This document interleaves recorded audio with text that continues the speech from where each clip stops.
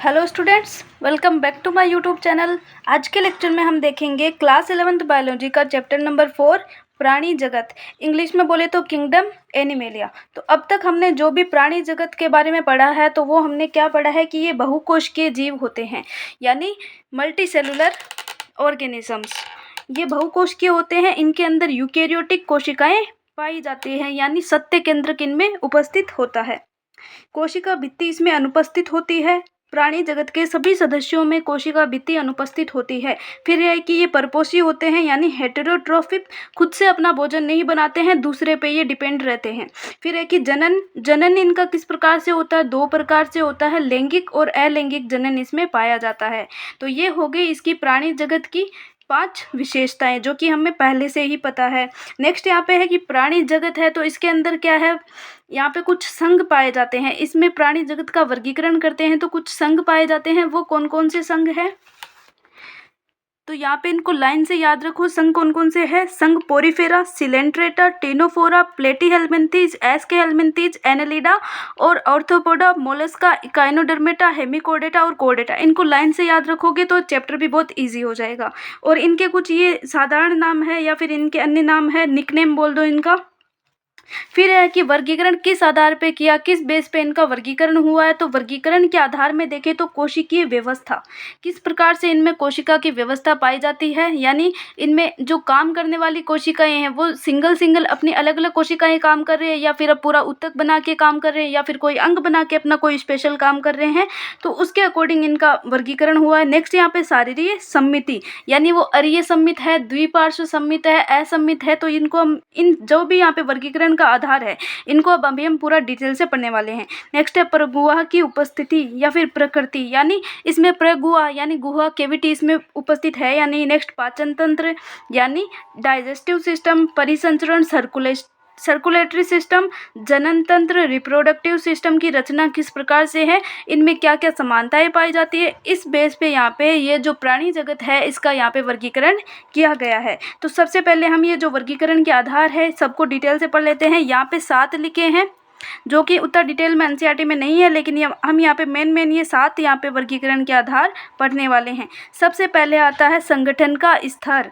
संगठन के स्तर में क्या होते हैं कि हमें पहले से पता है कि प्राणी जगत के जो भी जीव है बहुकोशिकीय होते हैं, लेकिन सभी एक ही प्रकार की कोशिकाओं के संगठन को प्रदर्शित नहीं करते हैं। यानी उनमें जो काम करने वाली कोशिकाएं हैं वो अलग अलग प्रकार की होती है। सारी कोशिकाएं एक समान नहीं होती है, वो अपने काम के अकॉर्डिंग अलग होती है। कोई साथ में मिलकर काम करती है, कोई सिंगल सेल अपना अलग ही काम कर रही है। तो इस पंच में क्या होता है, कोशिका बिखरे समूह में पाई जाती है, कोशिका बिखरी रहती है, अर्थात वे कोशिकीय स्तर का संगठन दर्शाती है। यानी उनकी जो एक एक कोशिका है वो अपना अपना अलग अलग काम कर रही है, यानी उसमें कोशिकीय स्तर पाया जाता है। नेक्स्ट है कि कोशिकाओं के बीच उसके श्रम का कुछ विभाजन होता है, यानी सभी कोशिकाओं में अपना अपना काम बंटा हुआ रहता है। नेक्स्ट है कि जो सिलेंट्रेटा होते हैं उनमें कोशिकाओं की व्यवस्था अधिक होती है। उसमें कोशिकाएं अपना कार्य संगठित होकर ऊतक बना के फिर अपना काम कर रही है, इसलिए उसको ऊतक स्तर का संगठन बोल दिया। नेक्स्ट यहाँ पे इससे भी उच्च स्तर का देखें तो ऊतक से बाद में क्या हो सकता है, अंग बना के काम करे, तो इससे उच्च स्तर का संगठन जो प्लेटीहेल्मिन्थीज में पाया जाता है तथा अन्य उच्च संघों में भी पाया जाता है, जिसमें ऊतक संगठित होकर अंग का निर्माण करता है। और प्रत्येक जो अंग है अब उसका प्रत्येक ऑर्गन विशेष काम करता है। प्राणी के अंदर क्या होता है, जैसे एनेलिडा, ऑर्थोपोडा, मोलस्का, इकाइनोडर्मेटा और रज्जुकी, इसके अंग मिलकर जो अंग वह सारे इसमें अंग है वो अंग मिलकर अंग तंत्र बनाते हैं, और इस प्रकार से इसमें वो कोशिकीय संगठन पाया जाता है। तो यहाँ पे चार टाइप के संगठन हो गए, कोशिकीय स्तर का संगठन और ऊतक स्तर का संगठन, और इसके बाद में अंग स्तर का संगठन और अंग तंत्र स्तर का संगठन। चारों प्रकार देख लिए, चारों में कौन कौन सा किस में आ रहा है। फर्स्ट वाले में यहाँ पे आ रहा है स्पंज आ रहे हैं। स्पंज हमने किसको बोला था, पोरीफेरा के जो सदस्य उनको स्पंज बोला जाता है, उनका निकनेम स्पंज होता है। नेक्स्ट यहाँ पे देखें तो जो सिलेंट्रेटा है उनके अंदर होता है ऊतक काम कर रहे हैं, तो वो ऊतक स्तर का संगठन हो गया। प्लेटीहेल्मिन्थीज के अंदर यहाँ पे जो अंग है उसमें अंग स्तर का संगठन हो गया। लेकिन जो प्राणी एनेलिडा जो भी बचे हुए हैं सारे, उसके अंदर अंग तंत्र के रूप में कोशिकाई संगठन पाया जाता है। तो यहाँ पे नेक्स्ट है कि प्रत्येक जो तंत्र है एक विशिष्ट कार्य करता है, इसलिए इसको अंग तंत्र के स्तर का संगठन कहा जाता है। अब अंग तंत्र है वो भी विभिन्न प्रकार की जटिलताएं होती है, इसमें भी विभिन्न प्रकार के डिफरेंस आ जाते हैं। कैसे कि जो पाचन होता है बहुत बार हम देखते हैं किसी के अंदर पाचन अपूर्ण हो रहा है, किसी के अंदर पूरा पाचन हो रहा है, वेल डेवलप है। किसी के अंदर अपूर्ण पाचन है तो उस तंत्र में एक ही बाह्य द्वार होता है, यानी उसके अंदर एक बाह्य द्वार होगा जिससे ही भोजन आ रहा है, जिससे ही भोजन वापस जा रहा है पचित होके।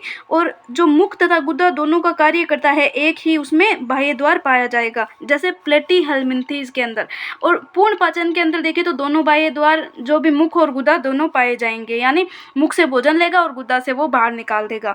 तो इसी प्रकार यहाँ पे परिसंचरण तंत्र के अंदर भी देखें तो खुला और बंद प्रकार का परिसंचरण होता है, जो कि हमने जो सर्कुलेटरी सिस्टम था उसमें हमने अच्छे से पढ़ा है। खुला प्रकार का परिसंचरण में क्या होता है, रक्त वाहिनियाँ नहीं होती है, सीधा ही ब्लड होता है, उसी के अंदर जो ब्लड है उसको निकाल दिया जाता है और वहाँ पे जो ऊतक होता है उसमें डूबे रहते हैं। लेकिन बंद प्रकार के परिसंचरण में हृदय होता है, उसमें भी हृदय होता है, इसमें भी हृदय होता है, दोनों के अंदर हृदय होता है, लेकिन इसमें वाहिकाएं होती है, यानी ब्लड वेसल्स होती है, धमनी शिरा कोशिकाएं सीरिकाएं, धमनी शिरा और कैपिलरीज इसमें पाई जाती है। तो इनके द्वारा यहाँ पे बंद परिसंचरण तंत्र पाया जाता है। इस प्रकार से हो गया खुला और बंद। नेक्स्ट आता है इसमें सम्मिति। 2 नंबर जो वर्गीकरण का आधार था वो है इसकी सम्मिति। तो एक होते हैं असम्मित, दूसरा होता है अरीय सम्मित और तीसरा होता है यहाँ पे द्विपार्श्व सम्मित। तो असम्मित का मतलब है कि उनको कितना भी कैसे भी अगर हम ऐसे इसमें एक काटे तो दोनों भागों में डिवाइड हो गया, लेकिन उसको क्या करेंगे कैसे भी काटें, जैसे यहाँ पे है कि उसको किस टाइप से भी अगर हम काटेंगे तो वो समान दो भागों में डिवाइड नहीं होगा, तो उसे असम्मित कहते हैं। एग्जाम्पल है यहाँ पे इसका स्पंज के अंदर ऐसा होता है। और अगर दूसरा है यहाँ पे कि अगर 2 समान भागों में डिवाइड हो गया, जैसे ये हो गया, तो इसे हम बोलेंगे, जैसे मानो कि इसको केंद्रीय अक्ष से यहाँ से रेखा गुजर रही है तो इसको 2 भागों में काट रही है, तो इसे हम बोलेंगे यहाँ पे अरीय सम्मित। नेक्स्ट यहाँ पे इसका एग्जाम्पल है सिलेंट्रेटा, टिनोफोरा और एकाइनोडर्मेटा। इस प्रकार की सम्मिति होती है। एनेलिडा, ऑर्थोपोडा आदि में एक ही अक्ष से गुजरने वाली रेखा द्वारा 2 समरूप दाएं व बाएं भाग में बांटा जा सकता है। सिर्फ एक ही रेखा ऐसी है जो उसको 2 भागों में बांट सकती है, तो उसे हम कहेंगे द्विपार्श्व सम्मिति। तो ये 4 से 11 नंबर में होगी। अभी मैंने बोला था कि नंबर याद करना इंपॉर्टेंट है, तो 4 से 11 में कौन कौन से आते देख लेना। अरीय सम्मिति में 1, 2, 3 आते हैं। और यहाँ पे असम्मिति के मतलब यानी अधिकांश जो स्पंज होंगे इसमें आएंगे, लेकिन कुछ स्पंज ऐसे होंगे जो अरीय सम्मिति भी दर्शाते हैं। नेक्स्ट यहाँ पे होते हैं द्विकोरिक और त्रिकोरिकी संगठन। तो ये क्या होता है, हमें पता है कि भ्रूणीय स्तर होते हैं, 3 लेयर होती है ज़्यादातर, लेकिन यहाँ पे कुछ ऐसे भी जीव है जिनमें 2 स्तर पाए जाते हैं, यानी जर्म लेयर जो पाई जाती है, एक्टोडर्म, मेसोडर्म, उस प्रकार से। तो अगर 2 भ्रूणीय स्तरों के अंदर प्राणियों की कोशिकाएं हैं उसमें व्यवस्थित होगा भ्रूणीय स्तरों में, तो जैसे एक्टोडर्म और जो आंतरिक एंडोडर्म यानी अंतःत्वचा 2 में हो गया तो इसे द्विकोरिक कहते हैं, जैसे सिलेंट्रेटा एग्जाम्पल। और अगर 3 यहाँ पे लेयर होगी यानी मेसोडर्म भी होगी उसमें, तो उसे द्विकोरिकी कहते हैं। और प्लेटी हेलमिंथीज के से रज्जुकी से लेकर सारे भी इसमें आते हैं, यानी 1, 2, 3 वाले आएंगे इसमें, यानी द्विकोरिक के अंदर। और 4 से 11 जो बचे वो मेसोडर्म भी आएगी, यानी इसमें 3 लेयर होगी, इसमें 2 ही लेयर होगी। तो नेक्स्ट यहाँ पे है प्रेगुआ यानी सीलोम। इसमें क्या होता है कि मतलब एक होता है यहाँ पे प्रेगुहीय, दूसरा होता है कूटगुहीय और तीसरा होता है अहगुहीय। यानी अहगुहीय के अंदर कोई भी गुहा यहाँ पे या फिर कैविटी प्रेजेंट नहीं है, खाली कैविटी प्रेजेंट नहीं है, तो 3 नंबर हो गया अहगुहीय। बी में है कूटगुहीय, यानी कुछ ऐसे फॉल्स है, यहाँ पे पूरे यहाँ पे गुहा भी प्रेजेंट नहीं है, लेकिन यहाँ पे ये बीच में बिखरी हुई पड़ी है इस प्रकार से, यानी मध्य ड्रम में यानी मिजोरम के अंदर ये बिखरी हुई पड़ी है, इसलिए इसको कहा जाता है कूटगुहीय। और यहाँ पे जो फर्स्ट वाले में क्या है प्रगुहीय, इसके अंदर है कि जो गुहा है उसके दोनों साइड में मेसोडर्म पाई जाती है, इधर भी मेसोडर्म है इधर भी मेसोडर्म है, इससे ये आश्रित है, इसलिए इसको बोला जाता है प्रगुहीय या फिर वास्तविक गुहीय। तो इनके एग्जाम्पल है इसमें जो प्रगुआ है यानी दोनों तरफ मेसोडर्म यानी मध्य त्वचा से आच्छादित शरीर गुहा को देह गुहा प्रगुआ कहते हैं, तथा इससे युक्त प्राणी को यहाँ पे प्रगुही प्राणी कहते हैं। एनेलिडा, मोलस्का, ऑर्थोपोडा, काइनोडर्मेटा, हेमिकोडेटा और कोडेटा, ये उसमें आ गए प्रगुहीय में। सेकंड यहाँ पे आता है कूटगुहीय। इसके अंदर क्या होगा कि जो गुहा है मेसोडर्म से आच्छादित नहीं होती है, बल्कि मध्य त्वचा मेसोडर्म यानी बाह्य त्वचा तथा अंतर त्वचा के बीच में इस प्रकार से पड़ी रहती है। और थैली के रूप में ये पाई जाती है। उन्हें कूटगुहिये कहा जाता है, जैसे एस के हेलमिंथीज में होता है। लास्ट वाला इसमें जिन प्राणियों में शरीर गुहा नहीं पाई जाती उन्हें अगुह्य कहते हैं। उनके अंदर कोई भी कैविटी या फिर गुहा इनके अंदर नहीं पाई जाती। नेक्स्ट यहाँ पे आता है खंडीभवन या फिर सेगमेंटेशन। सेगमेंटेशन का मतलब है कि बाह्य तथा आंतरिक दोनों ओर श्रेणीबद्ध खंडों में विभाजित होता है इनका शरीर, जिनमें कुछ एक अंगों को क्रमिक पुनरावृत्ति होती है। अगर इस प्रकार से ये डिवाइड है, अगर इसमें मान लो कुछ ऐसा केंचुआ है तो उसमें प्रोटोनेफ्रिडिया पाए जाते हैं, तो हर एक खंड में प्रोटोनेफ्रिडिया पाए जाते हैं। इस प्रक्रिया को ही खंडीभवन कहा जाता है। तो उदाहरण के लिए केंचुआ यहाँ पे है, शरीर के विखंडी का मतलब खंडित, खंडीभवन उसमें पाया जाता है। और यह जो विखंडावस्था कहलाती है, ये प्रक्रिया विखंडावस्था कहलाती है। पृष्ठ रज्जु यानी नोटोकोड, सालाका रूपी पृष्ठ रज्जु यानी नोटोकोड मध्य त्वचा मेजोड्रम से उत्पन्न होता है। मेजोड्रम से इसकी उत्पत्ति होती है। भ्रूणीय परिवर्तन विकास के समय पृष्ठ सतह में बनती है। तो सीधी सी बात अभी हम देख सकते हैं कि एक में था, हमने पढ़ा था कि द्विकोरिक और त्रिकोरिक पढ़ा था। त्रिकोरिक में मेजोड्रम थी, मध्य त्वचा थी। अब जिनके अंदर यहाँ पे द्विकोरिक थे, जिनमें मेजोड्रम ही नहीं थी, तो उनमें यहाँ पे जो पृष्ठ रज्जु वो तो कहाँ से आएगा। तो पृष्ठ रज्जु युक्त प्राणी को रज्जुकी कहते हैं यानी कोर्डेटा कहते हैं, और जो उनमें नहीं होगा उन्हें कहेंगे नॉन कोर्डेट या फिर नॉन कोर्डेटा। नेक्स्ट आता है प्राणियों का वर्गीकरण। तो जो भी हमने संघ पढ़े थे, अभी देखे थे, पूरे याद किए थे, उनमें से सबसे पहला संघ आता है इसमें संघ पोरीफेरा। इसको स्पंज कहा जाता है, स्पंज भी बोला जाता है। तो इनको सामान्यतः स्पंज कहते हैं। सामान्यतः लवणीय और असम्मिति होते हैं। असम्मित का मतलब इनको काट नहीं सकते, काट के ये दो बराबर भागों में विभाजित नहीं होंगे। तो ये अभी हमने पूरा पढ़ा है, तो इनका मैं बस आपको नाम बताऊंगी, पूरा आपको ये पता रहेगा। फिर है कि ये सब आधे बहुकोशिकीय प्राणी यानी पुराने जमाने के ये प्राणी है, पुराने ज़माने के ये जीव है, और पोरीफेरा में ही है ये। इसका याद रखना है, सिर्फ पोरीफेरा वाले ही ऐसे जिनका शरीर संगठन कोशिकीय स्तर का है। कोशिकीय स्तर क्या होता है मैंने बताया था। स्पंजों में जल परिवहन, इसकी विशेषता क्या है कि इसमें जल परिवहन तथा नाल तंत्र पाया जाता है। क्या काम आता है, जल है वो सूक्ष्म रंध्र ओस्टिया द्वारा शरीर की केंद्रीय स्पंज गुहा स्पंजोसील में प्रवेश करता है तथा बड़े रंध्र ओस्कुलम द्वारा बाहर निकलता है। इसके अंदर बहुत सारे ऐसे छेद पाए जाएंगे, पोर्स इसके अंदर पाए जाएंगे, जिससे क्या होगा, जल उसके अंदर प्रवेश करेगा और बाहर कैसे निकलेगा। इसमें बड़ी गुहा पाई जाती है यानी ओस्कुलम पाया जाता है, उसके द्वारा बाहर निकलता है। बड़ा रंध्र यहाँ पे ओस्कुलम होता है, छोटे छोटे रंध्र होते हैं, और बीच में इनमें होती है स्पंज गुहा यानी स्पंजोसील। जल परिवहन का ये रास्ता भोजन जमा करने क्या काम आता है, ये भोजन को जमा करने के लिए। नेक्स्ट यहाँ पे श्वसन के लिए भी काम में आता है, और अपशिष्ट पदार्थों को बाहर निकालने के लिए भी ये काम आता है। नेक्स्ट इसकी विशेषता क्या है कि इसमें कोएनोसाइट्स या फिर कोलर कोशिकाएं पाई जाती है। स्पंज गुहा और नाल तंत्र को ये आश्रित करती है, यानी इसको ये स्तरित करती है, यानी इसकी लेयर पे ये कोलर कोशिकाएं और कोएनोसाइट्स दोनों एक ही है, इनका अलग अलग नाम है। बस ये स्पंज गुहा, जो भी गुहा हमने पढ़ी थी उसके अंदर पाई जाती है, इन साइड में। इस प्रकार से ये कोलर कोशिकाएं यहाँ पे पाई जाती है इसके अंदर, इस प्रकार से। तो ये तीनों डायग्राम में हम देख सकते हैं कोलर कोशिकाएं। कोशिकाओं में पाचन होता है, अंतराकोशिकीय होता है। पाचन इनमें अंतराकोशिकीय होता है यानी कोशिका के अंदर। कंकाल है वो शरीर को आधार प्रदान करता है, जो कंटिकाओं तथा स्पंजिन तंतुओं का बना होता है, ये भी इसकी एक विशेषता है। इसमें नर और मादा अलग अलग नहीं होते हैं, ये उभयलिंगाश्रय होते हैं, यानी उभयलिंगी होते हैं। अंडे तथा शुक्राणु दोनों एक ही जीव के द्वारा बनाए जाएंगे, उसी के अंदर जनन हो जाएगा। और अलैंगिक जनन इसमें विखंडन द्वारा होता है, यानी एक भाग टूटा उसके द्वारा पूरा जीव बन गया।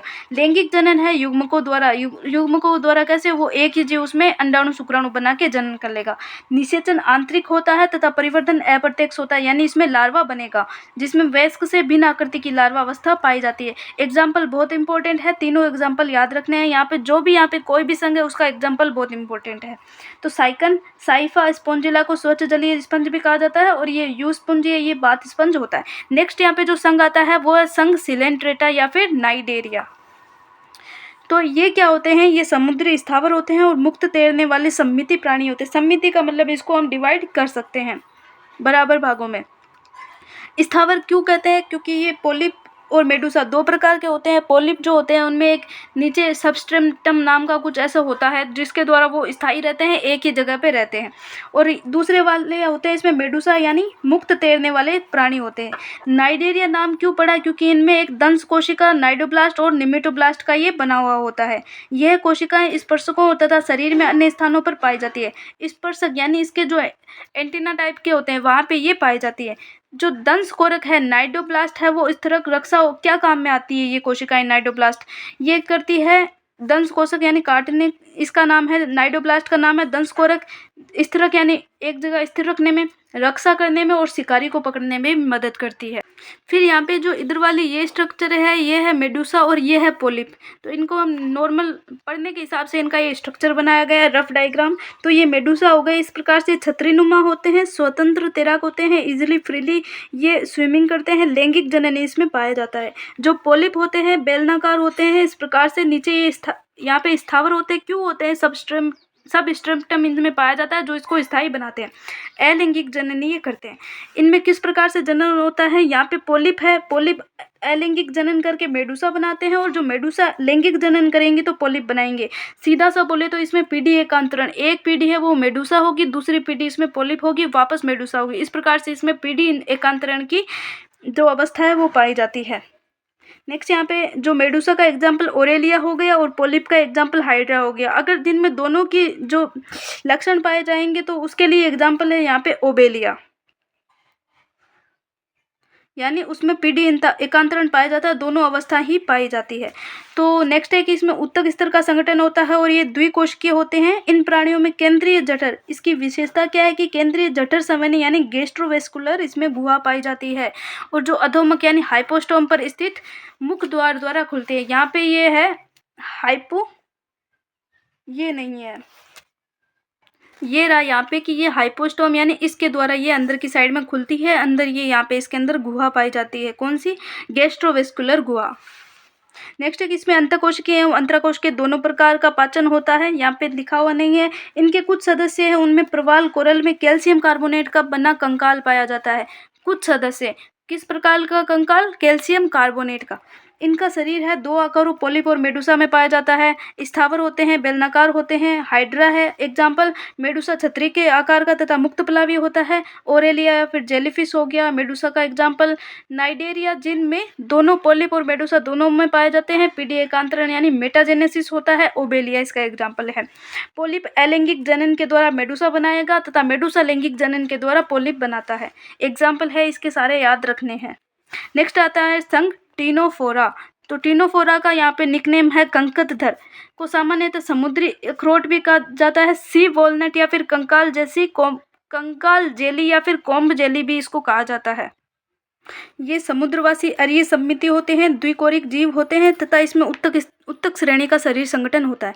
शरीर में विशिष्ट लक्षण क्या है इसमें कि शरीर में 8 बाह्य पक्षमाभी कंकत पट्टिकाएं इनमें पाई जाती है जो कि चलने में मदद करती है। नेक्स्ट है कि पाचन अंतःकोशिकीय होता है तथा अंतराकोशिकीय दोनों प्रकार का पाचन इसमें पाया जाता है। एक और विशेष लक्षण इसका ये है कि जीव संदप्ति यानी जो चमकने वाले ये जीव होते हैं, प्राणी के द्वारा प्रकाश का उत्सर्जन ये करते हैं। जैसे जुगनू होता है वो चमकता है, उसी प्रकार से इस जो संघ के टीनोफोरा के संघ है वो उनमें जीव संदीप्ति का लक्षण पाया जाता है। इस प्रकार से डायग्राम में ये 1 2 3 4 5 6 7 8 यहाँ पे जो कंकत पट्टिकाएं हैं वो इसमें पाई जाती है। नर और मादा अलग नहीं होते हैं यानी द्विलिंगी होते हैं। जनन केवल लैंगिक ही होता है, निषेचन बाह्य होता है और अप्रत्यक्ष परिवर्तन इसमें होता है यानी लार्वा अवस्था पाई जाती है। यहाँ पे करेक्शन कर लेना, नहीं लिखा है। 2 एग्जाम्पल यहाँ पे दिए गए हैं, प्लूरोब्रेकिया और टीनोप्लाना। नेक्स्ट यहाँ पे आता है हमारा संघ प्लेटी हेलमिंथीज यानी चपटे कर्मी। चपटे कर्मी क्यों बोला जाता है इनको? क्योंकि इनका जो शरीर है ऊपर से चपटा दिखाई देता है, इसलिए इन्हें सामान्यतः चपटे कर्मी कहा जाता है। इस समूह के अधिकांश जो प्राणी हैं मनुष्य तथा अन्य प्राणियों के अंतःपरजीवी के रूप में पाए जाते हैं, यानी ये मनुष्य के अंदर ही पाए जाते हैं। जैसे उसकी जो आहार नाल हो गई, उसके अंदर जो भी यहाँ पे उसके अंदर वो भोजन प्राप्त करते हैं और वहीं पे वो रहते हैं। आहार नाल में हमारे बहुत सारे जीव रहते हैं।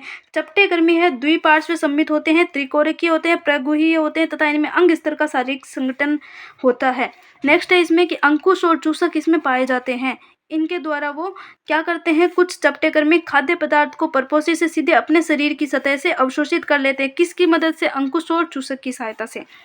नेक्स्ट इसकी विशेषता है वो क्या है कि ज्वाला कोशिकाएं परासरण नियंत्रण तथा उत्सर्जन में सहायता करती है। इनमें ज्वाला कोशिकाएं पाई जाती है जो कि परासरण नियमन और उत्सर्जन में मदद करती है। नर और मादा अलग नहीं होते हैं यानी ये द्विलिंगी होते हैं। निषेचन आंतरिक होता है, परिवर्तन में बहुत सी लार्वा अवस्थाएं पाई जाती है।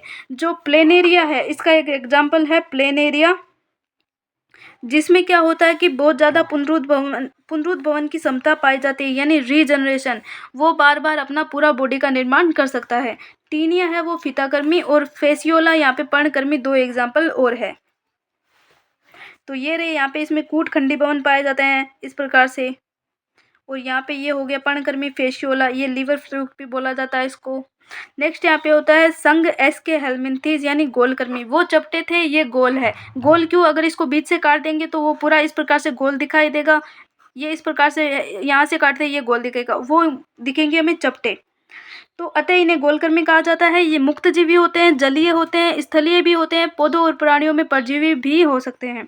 द्विपार्श्व सममित होते हैं, त्रिकोणीय होते हैं, कूट प्रगोही प्राणी होते हैं। इनका जो शरीर संगठन है वो अंगतंत्र स्तर का शरीर संगठन इनमें पाया जाता है।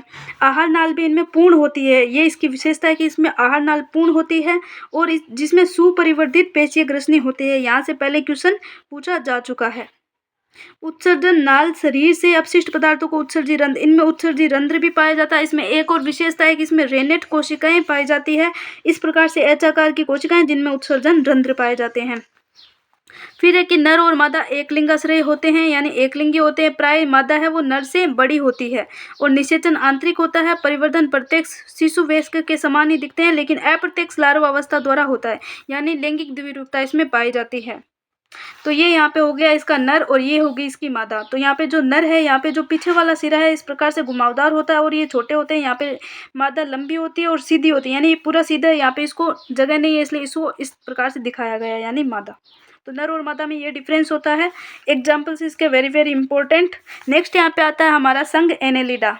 तो ये प्राणी जलीय होते हैं, लवणीय और जलीय दोनों के अंदर ही पाए जाते हैं, यानी लवणीय और अलवणीय, साफ और जो खारे पानी दोनों के अंदर पाए जाते हैं। स्थलीय स्वतंत्र जीवी होते हैं, कभी कभी परजीवी भी होते हैं। अंग स्तर का इसमें संगठन पाया जाता है। द्विपार्श्व सममित होते हैं, त्रिकोण की क्रमिक पुनरावृत्ति इनमें हो पाई जाती है।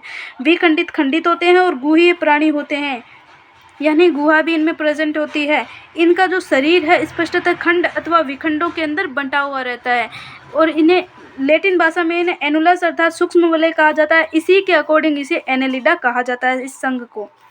नेक्स्ट है कि प्राणियों के अंदर अनुदैर्ध्य और वृत्ताकार दोनों प्रकार की पेशियां पाई जाती है। पेशियां क्या काम करेगी? चलने का काम करेगी।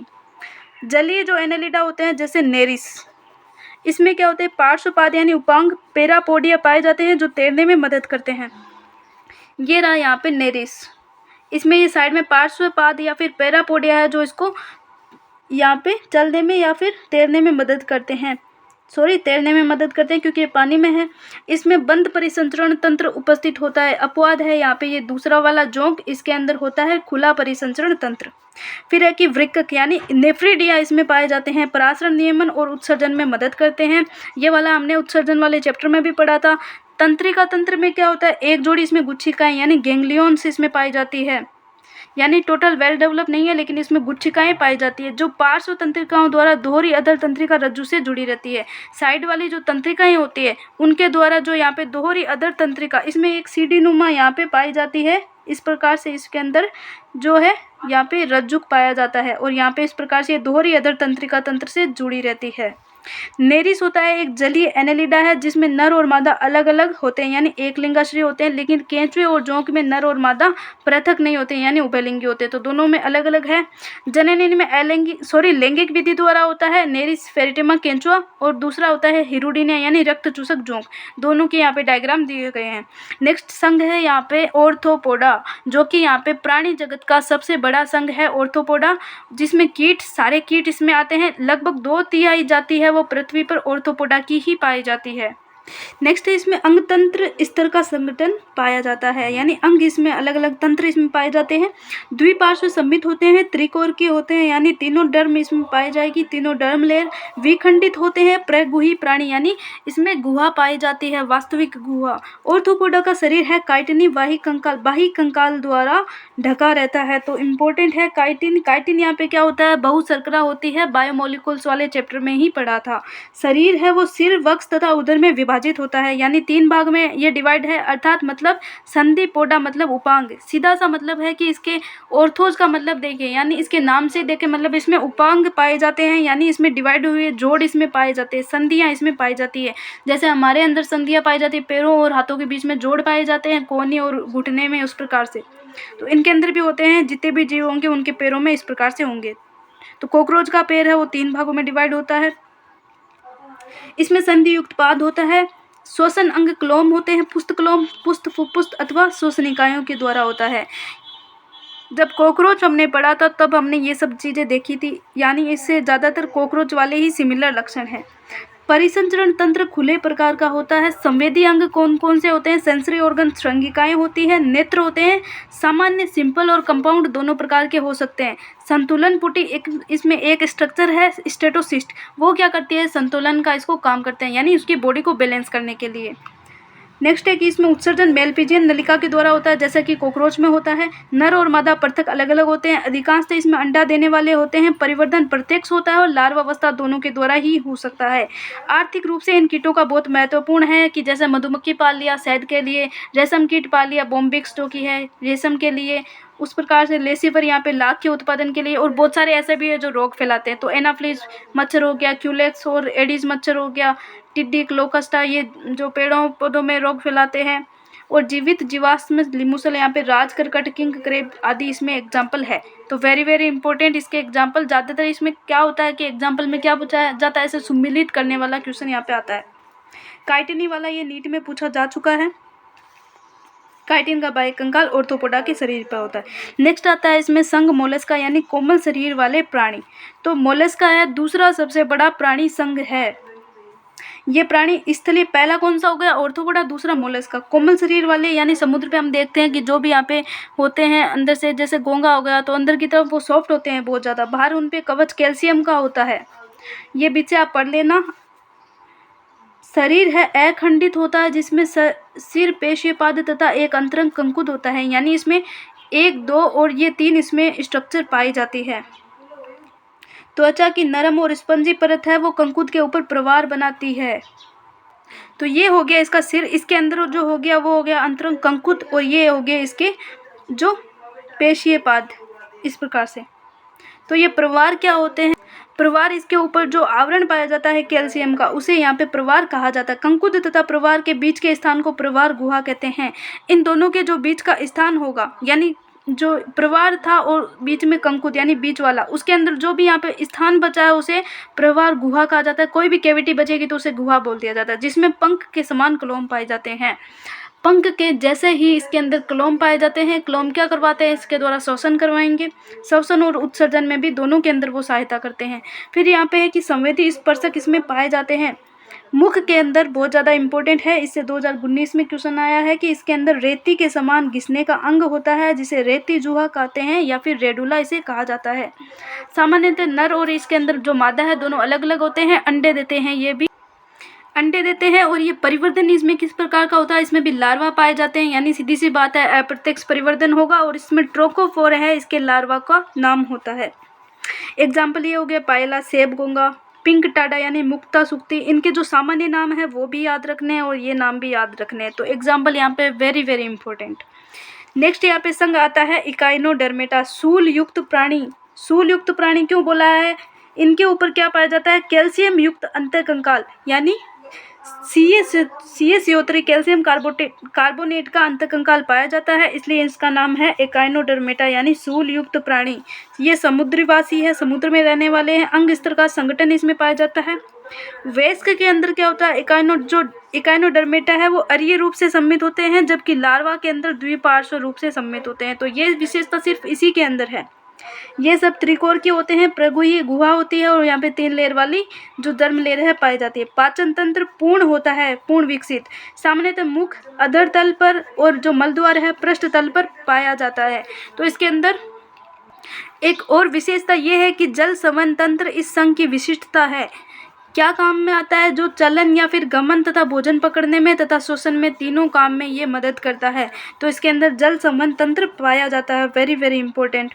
जो स्पष्ट उत्सर्जन तंत्र का अभाव होता है। सीधी सी बात है कि भाई इसके अंदर सीधा कोई भी डेवलप इसमें उत्सर्जन तंत्र नहीं पाया जाता, शरीर की सतह द्वारा विसरण द्वारा उत्सर्जन होता है।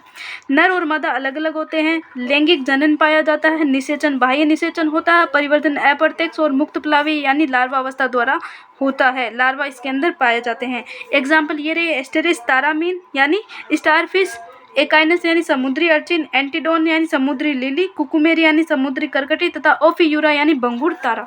दो का यहाँ पे दिया गया है डायग्राम। तो डायग्राम यहाँ पे है कि ये जो तारा मछली है इसकी एक विशिष्टता है कि इसमें रीजनरेशन यानी पुनरुद्भवन की बहुत ज़्यादा क्षमता पाई जाती है। अगर इसको कोई शिकारी मान लो यहाँ से पकड़ ले तो ये क्या करेगी, यहाँ से अपना भाग काट के भाग जाएगी। ये अपना भाग यहाँ पे बहुत जल्दी ही वापस पूरा इस प्रकार से पूरा भाग बना लेगी। नेक्स्ट यहाँ पे ये है भंगुर तारा यानी ब्रिटल स्टार। तो दोनों एग्जाम्पल बहुत इंपॉर्टेंट है। ज़्यादातर जो जिनका डायग्राम दिया गया है वो वाले एग्जाम्पल ज़्यादा इंपॉर्टेंट है, कुछ का महत्व है तो वो भी अच्छे से याद रखना है। बाकी का चैप्टर हम पढ़ेंगे नेक्स्ट लेक्चर में। तो तब तक के लिए टेक केयर।